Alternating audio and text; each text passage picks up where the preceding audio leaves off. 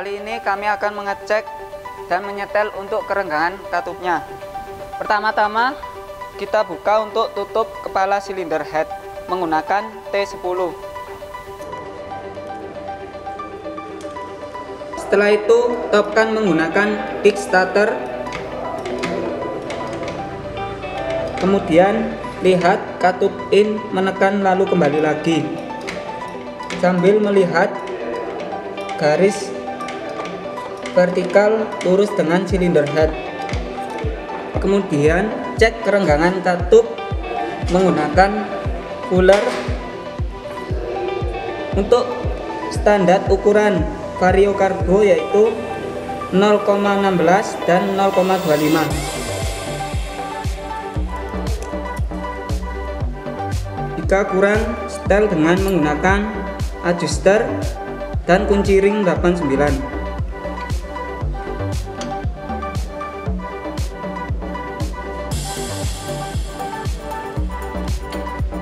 Lalu cek kembali untuk kerenggangan katupnya.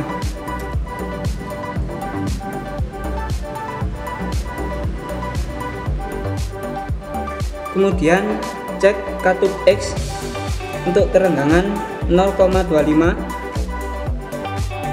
Setelah kita setel, pasang kembali tutup kepala silinder head.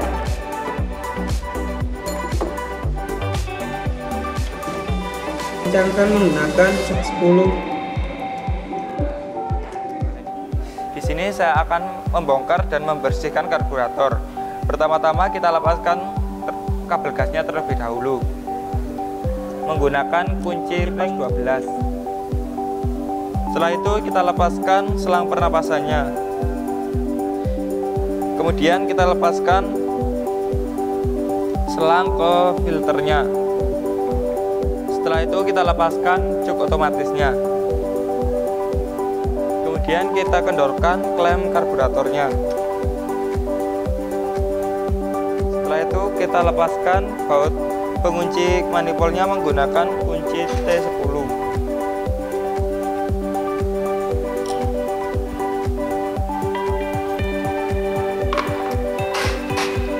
Setelah semuanya sudah terlepas, sekarang kita lepaskan karburatornya. Di sini saya akan membersihkan karburatornya. Pertama-tama kita buka tutup piston vakumnya.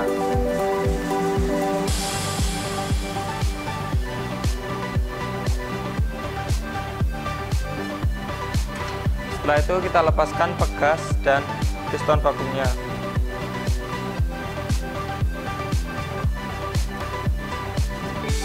Setelah itu kita lepaskan mangkok karburatornya.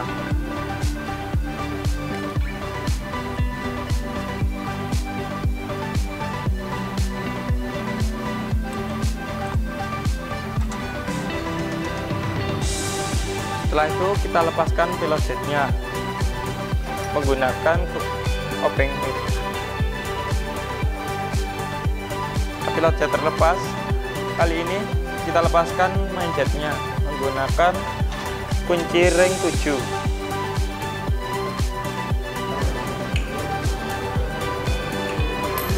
Setelah itu kita lepaskan air screw-nya menggunakan obeng setelan atau obeng main kecil.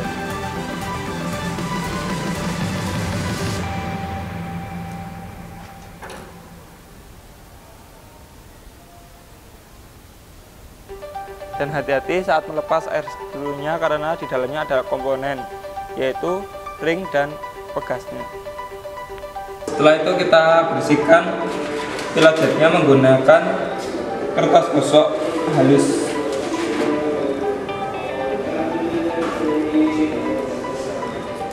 Setelah itu kita bersihkan karburatornya menggunakan karburator cleaner.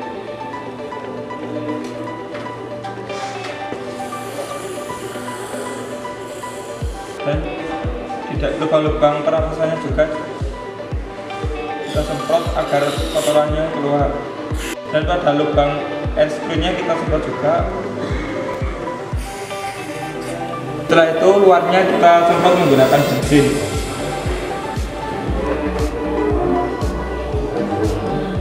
Pokoknya jangan lupa dibersihkan juga.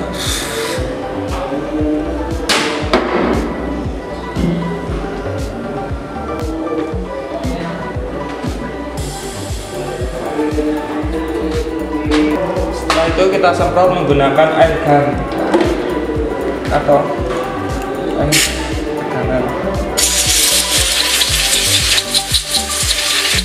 Sekarang kita pasang kembali piston vakumnya, kemudian pegasnya. Setelah itu kita tutup piston vakumnya.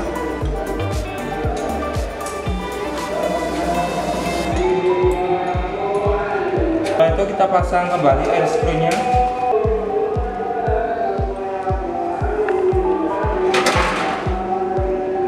Kita pasang sampai penuh. Setelah itu kita putar kembali sampai 2 kali putaran. Setelah itu mari kita pasang kembali karburatornya. Pertama-tama kita pasang selang bensinnya terlebih dahulu.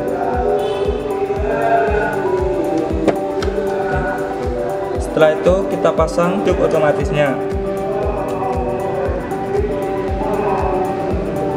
Setelah itu kita pasang karburatornya.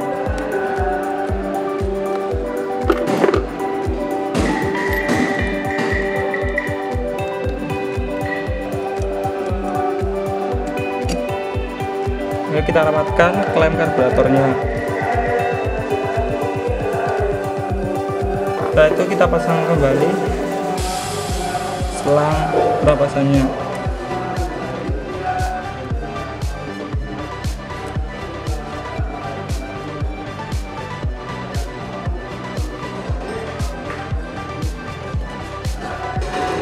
Setelah itu kita pasang kabel gasnya.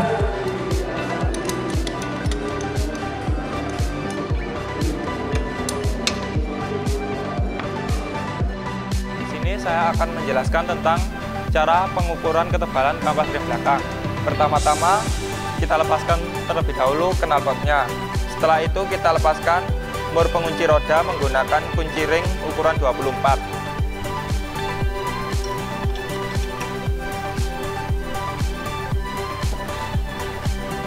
Setelah itu kita ukur ketebalan kampas rem menggunakan vernier caliper.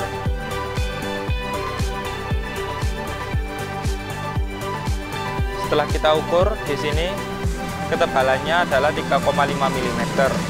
Untuk standar ketebalan kampas rem belakang antara 3,3 mm sampai 3,7 mm.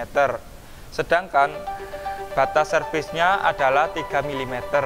Apabila ketebalan kampas rem melewati 3 mm, sudah waktunya melakukan pergantian kampas rem. Di sini saya akan mengukur jarak main bebas handle rem. Untuk standar main bebas handle rem antara 10 sampai 20 mm atau 1 sampai 2 cm. Kali ini saya akan melakukan pengecekan ketebalan kampas rem depan. Langkah pertama yang harus kita lakukan adalah mengendorkan baut pengunci kampas rem menggunakan T8.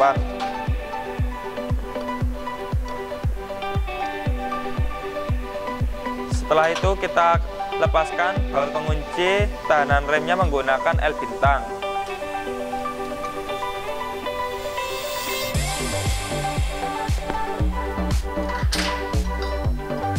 Setelah itu kita lepaskan baut pengunci kampas rem.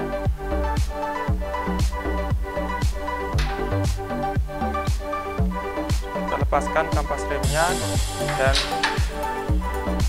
tahanan remnya. Setelah itu kita ukur ketebalan kampas rem depannya menggunakan vernier caliper.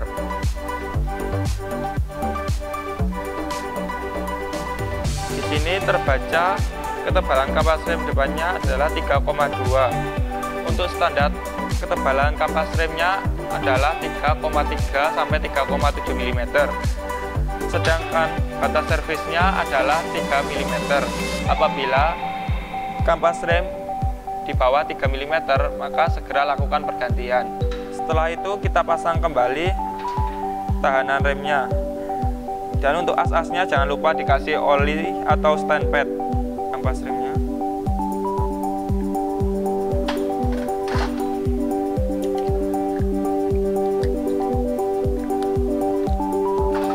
Lalu kita pasang kembali kampas remnya ke tempat semula. Setelah itu kita pasang kembali baut pengunci tahanan remnya menggunakan kunci L bentang.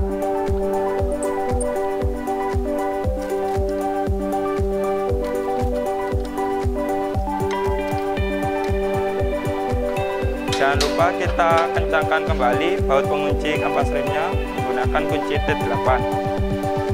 Mari kita ukur ketinggian minyak remnya. Kita lepaskan penutup master remnya. Setelah itu kita lepaskan karet minyak remnya. Di sini terlihat kapasitas minyak remnya di bawah garis. Maka lakukan penambahan minyak rem sampai batas garis ini. Setelah itu kita tutup kembali karet penutup minyak remnya dan penutup master remnya.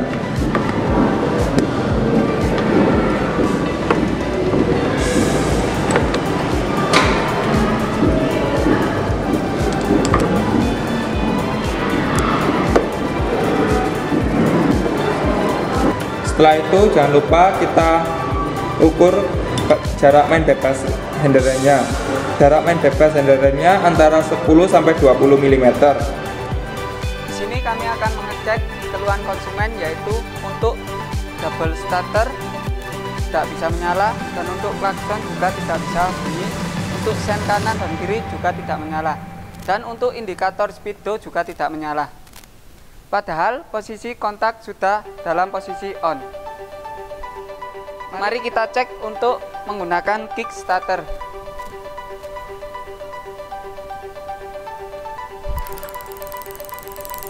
Di sini untuk klakson bunyi tapi tidak nyaring, untuk sen kanan dan kiri juga menyala, dan untuk indikator speedo juga menyala. Mari kita cek tegangan baterai yang sudah diganti dengan yang baru menggunakan avometer. Sebelum mengecek tegangan baterai, posisikan selektor pada volt DC. Dan untuk kabel warna merah, posisikan pada kutub positif baterai. Dan untuk kabel warna hitam, posisikan pada kutub negatif baterai. Di sini tegangan baterai terbaca 13,75 volt, dan untuk standar tegangan baterai yaitu 12,4 volt. Dan untuk kondisi baterai sekarang sudah normal. Setelah itu jangan lupa pasang kembali untuk cover lampu sepeda motor. Ini kita akan mengecek kondisi oli mesin pada sepeda motor Vario. Pertama-tama kita buka tutup olinya menggunakan tang lagi. Setelah itu kita lihat ternyata oli sudah mencapai batas paling bawah dan warna oli juga sudah hitam. Oli yang dianjurkan untuk Matic Honda yaitu oli XP2 dengan tingkat kekentalan 10W 30SL Jaso MB dan kapasitas 800 ml. Kali ini kita akan mengukur celah busi. Marilah kita copot businya terlebih dahulu.